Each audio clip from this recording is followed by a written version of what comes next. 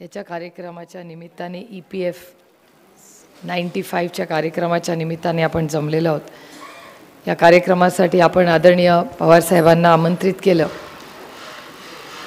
आणि पवार साहेबांबरोबर आम्ही सगळेच शेवाळे बापू असतील किंवा संघटनेतले सगळे आम्ही सहकारी पदाधिकारी ही तुमची भेट घेण्यासाठी आज आम्ही इथे आलेलो आहोत। EPS 95 चा मुद्दा 3-4 लोक संसदेत सातत्याने होतात। एक म्हणजे श्री प्रेमचंद्रन, त्यांचा मी आवर्जून उल्लेख करीन की ते अनेक वेळा त्यांनी तो मांडलाय। बारामती लोकसभा मतदारसंघातल्या लोकांच्या आशीर्वादाने मला तिथे जाण्याची संधी मिळाली आणि साधारण सर्वसामान्य मायबाप जनतेचे प्रश्न मांडण्यासाठी तुम्ही आम्हाला निवडून पाठवलंय। त्याच्यामुळे EPS 95चा एक अतिशय महत्त्वाचा मुद्दा आम्हालाही संधी मिळाली अनेक वेळा मांडायचा। आणि जरी एका वेगळ्या विचाराच्या पक्षात काम करत असलं तरी हेमा मालिनीजीही अनेक वेळा हा मुद्दा मांडतात। हेमाजींनी तर मला वाटतं तुमच्या संघटनेला 1 नाही 2 वेळा माननीय प्रधानमंत्र्यांकडे पण त्या घेऊन गेल्या आणि हा प्रश्न अतिशय गंभीर आहे आणि तुमच्या मागण्या पूर्णपणे रास्त आहेत। आणि गंमत अशी आहे की तुमचा जी मागणी आहे तुमच्या मूळ पैशावर सरकारला हात टाकायची गरजच नाही आहे। तुम्हाला जे इंटरेस्ट मिळतं, जे व्याज मिळतं, त्या पैशातच तुमचा प्रश्न खरं तर सुटणार आहे। म्हणजे जे सरकारला व्याज मिळतं त्या व्याजात तुमचा प्रश्न एका फटक्यात सुटून जाईल। मला एकच फक्त म्हणजे माझ्या भाषणात सुधारणा करायची आहे की मला जे जास्त लोक भेटले त्यांनी 7,000 रुपयाची मागणी केली आहे। त्याच्यामुळे ते 7-7.5ची मागणी मी केली आहे। तुमची सगळ्यांची जर 9,000ची मागणी असेल तर इथून पुढे संसदेत जेव्हा मी बोलीन तेव्हा 9,000ची मागणी करीन।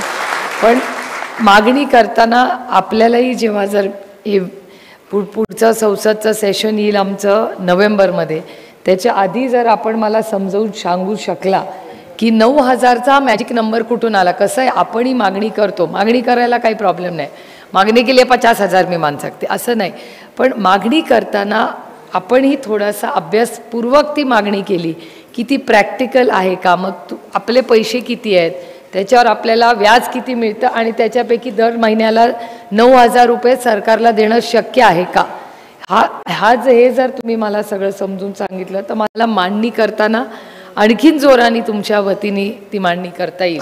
आणि साधारणपणे मी फायनान्सच्या सगळ्या बिलावर पक्षाच्या वतीने मला संधी मिळते आणि मी आपल्याला जरूर सांगेन की मी स्वतः निर्मलाजींचे आणि आमचे राजकीय संबंध अतिशय टोकाचे, पण वैयक्तिक संबंध त्यांचाही मनाचा मोठेपणा की त्यांनी ते जपलेले आहेत। त्यामुळे अनेक वेळा त्यांची बिलाच्या आधी नंतर GST काउन्सिल अनेक वेळा चर्चा करायची मला संधी मिळते। त्यामुळे जर तुम्ही एका कागदावर 9,000 कसं आपण त्या मॅजिक नंबरवर पोहोचलोय हे जर मला समजून सांगू शकला तर विधानसभेच्या इलेक्शन नंतर मी स्वतः जेव्हा दिल्लीला जाईन मी त्यांची वेगळी वेळ घेईन निर्मलाजींची आणि हा प्रश्न तुमच्या वतीने शांतपणे एक अर्धा तास त्यांचा घेऊन आपण मांडूया की हा मॅजिक नंबर कुठून, कारण का पटकन हो किंवा नाही हे त्यांनाही म्हणणं अशक्य आहे आणि त्यांची काहीतरी कारणं असतील। का मला नेहमी असं वाटतं की EPS 95 ज्या प्रकाश जावडेकरांचा आपण उल्लेख केला, प्रकाशजी आणि आज आपल्यात हयात नाहीत पण अरुण जेटलींनी पण फार लक्ष या विषयात घातलं होतं। 2012, 13, 14ची गोष्ट मी सांगते आणि अरुण जेटली आणि प्रकाश जावडेकरांनी जातींनी लक्ष घालून की आमची सत्ता आल्यावर आम्ही EPS 95 लागू करू आणि त्यानंतर अरुणजी फायनान्स मिनिस्टर अर्थमंत्री झाले या देशाचे आणि त्यावेळेस 1-2दा ह्याच्याबद्दल ते जुन्या बिल्डिंगमध्ये संसदेचं अधिवेशन भरायचं, तिथे अनेक वेळा ते बोललेले आठवत आहे।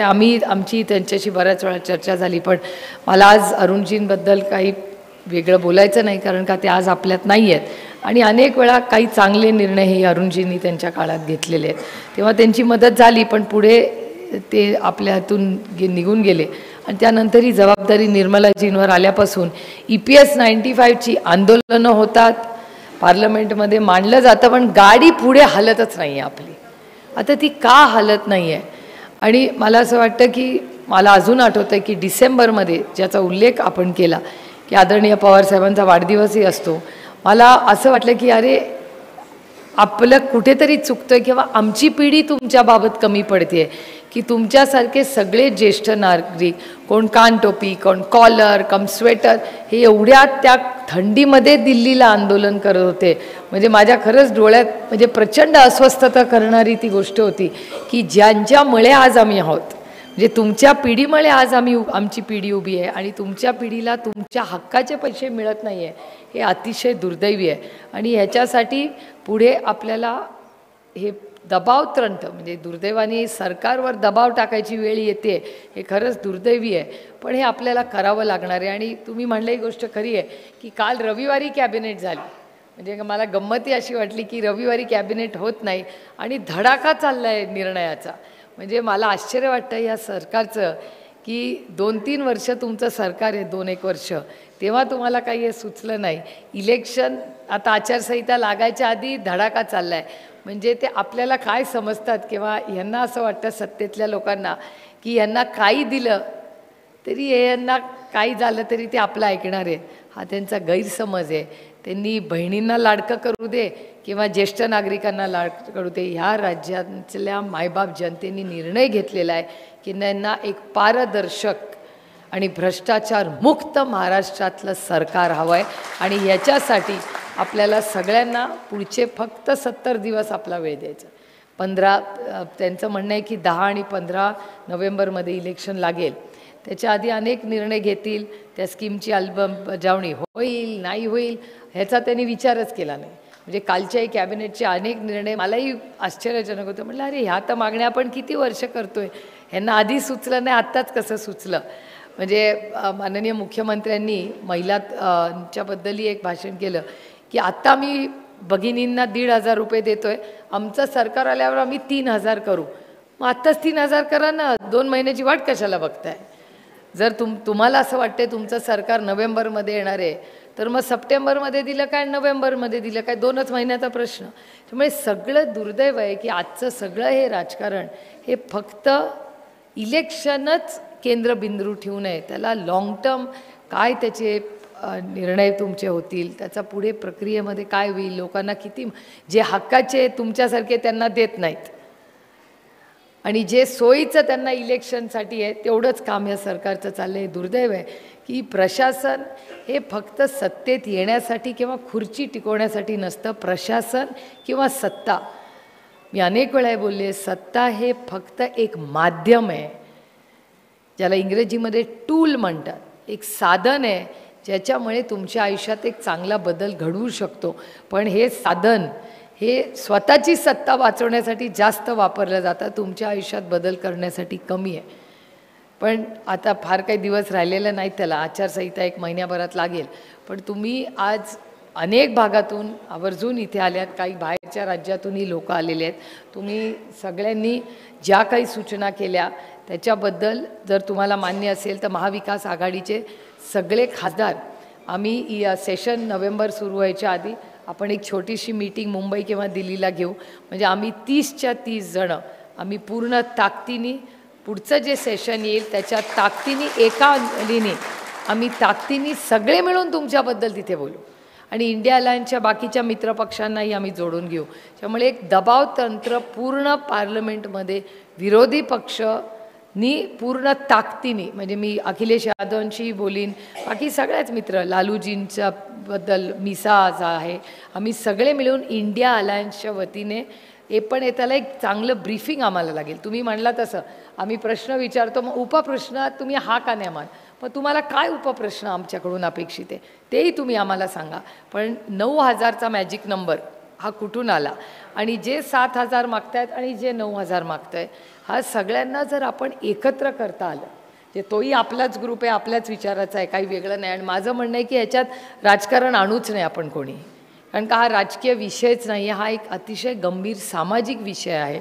उद्या आम्ही सत्तेत आलो तरी आम्ही पहिलं तुम्हाला तातडीने चर्चेला बोलू की तुम्ही चर्चेला या, आपण सगळे मगळे मार्ग काढू. मला खरं कौतुक वाटतं या सरकारचं. मी मेट्रोच्या विरोधात नाही, मी विकासाच्या विरोधात नाही, पण एका पुण्याच्या मेट्रोसाठी त्यांना 18,000 कोटी रुपये खर्च करायला आहे, पण एका STसाठी संपूर्ण राज्याचा 500 कोटी पण नाही यांच्याकडे. त्यामुळे ज्या काय पद्धतीने हे राज्य चालतं, ज्याच्यात मोठे कॉन्ट्रॅक्ट्स असतात ते कॉन्ट्रॅक्ट्सवाले ह्यांना फार प्रिय असतात, त्याच्यासाठी पैसे असतात. आणि छोट्या मोठ्या गोष्टींच्या ज्याच्यात लोकांच्या आयुष्यात एक बदल, म्हणजे तुम्ही जसं म्हणला की तुम्हाला ST मोफत पाहिजे, तसं शाळेमध्ये जाणाऱ्या प्रत्येक युवक आणि युवतीला कॉलेजला जाताना त्यांचे पेपर सुटतात माहिती आहे, कारण का ST वेळेवर येत नाही. त्यांची काय चूक?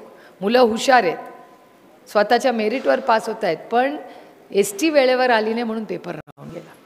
त्यामुळे STसाठी ज्या काही मागण्या आहेत त्याच्यातही मी स्वतः ठरवलं आहे की आपलं सरकार आल्यानंतर पहिला निर्णय आपण घेतला पाहिजे की या राज्यातली ST ही सुधारलीच पाहिजे, गाववाडी वस्तीपर्यंत वेळेवर ST पोचलीच पाहिजे. असे अनेक प्रश्न आहेत, शेतकऱ्यांचे गंभीर प्रश्न आहेत. म्हणजे मला आश्चर्य वाटतं की आजकाल महिला मला सांगतात की आम्हाला 1,500 रुपये नको महिन्याचे, त्याच्याऐवजी आम्ही 2,000 रुपये देतो, पण आमच्या पोरींना सुरक्षित ठेवा. मध्ये मी धुळ्याला गेले होते, धुळ्याला मला महिला म्हणत होत्या की आम्हाला 1,500 रुपये नको, आम्हाला सोयाबीन आणि दुधाला, कांद्याला, कपासाला भाव द्या, आम्ही समाधानी आहोत त्याच्यात. म्हणजे मला खूप एक गोष्टीचा आनंद वाटतो की लोकांना या राज्यात ह्यांना जे वाटतं मोफत पाहिजे, हा स्वाभिमानी मराठी माणसांचं राज्य आहे, त्यांना खरंच काही मोफत नको आहे. तुम्ही जसे तुमच्या हक्काचे पैसे मागतायत तसंच त्यांनाही त्यांच्या हक्काचे पैसे, कष्टाचे पाहिजेत. त्यामुळे तुमच्यासाठी आज आपण सगळे दौंडला एका विश्वासाच्या नात्याने इथे आलं आहे. तुमचं मी या भागाची लोकप्रतिनिधी म्हणून मनापासून स्वागत करते. आणि मूलभूत प्रश्नाचा एक रेग्युलर फॉलोअप ठेवून हा प्रश्न जोपर्यंत आम्ही सोडवत नाही तोपर्यंत आम्ही स्वस्थ बसणार नाही, हा शब्द मी तुम्हाला देते. आपण थोडीशी गैरसोय काही लोकांना बसायची झाली आहे, काही खुर्च्या आहेत, पण आपण आलात दौंडमध्ये. आज थोड्याशा पावसामुळेही काही लोकांची गैरसोय झाली असेल, पण इथे आल्यानंतर आपण सगळे दिवसभर इथे थांबा. इथून जातानाही कुणालाही कुठली मदत लागली तर आमचे सगळे सहकारी पदाधिकारी इथे उपस्थित आहेत. कुणाला काही अडचण झाली तर हक्काने मागा. जोपर्यंत तुम्ही घरी व्यवस्थित पोचत नाही ती जबाबदारी आमची आहे. त्यामुळे अतिथी देवो भव, तुम्ही आज आमचे पाहुणे म्हणून आहात, पण कुणालाही काही लागलं तर आमची सगळी टीम शेवटच्या व्यक्ती इथून जाईस्तोवर इथे थांबेल आणि तुम्हाला रवाना केल्याशिवाय घेणार नाही. पुन्हा एकदा आल्यानंतर आपण आमचं स्वागत केलं याबद्दल मनपूर्वक आभार मानून आपली रजा घेते. जय हिंद, जय महाराष्ट्र, जय आघाडी.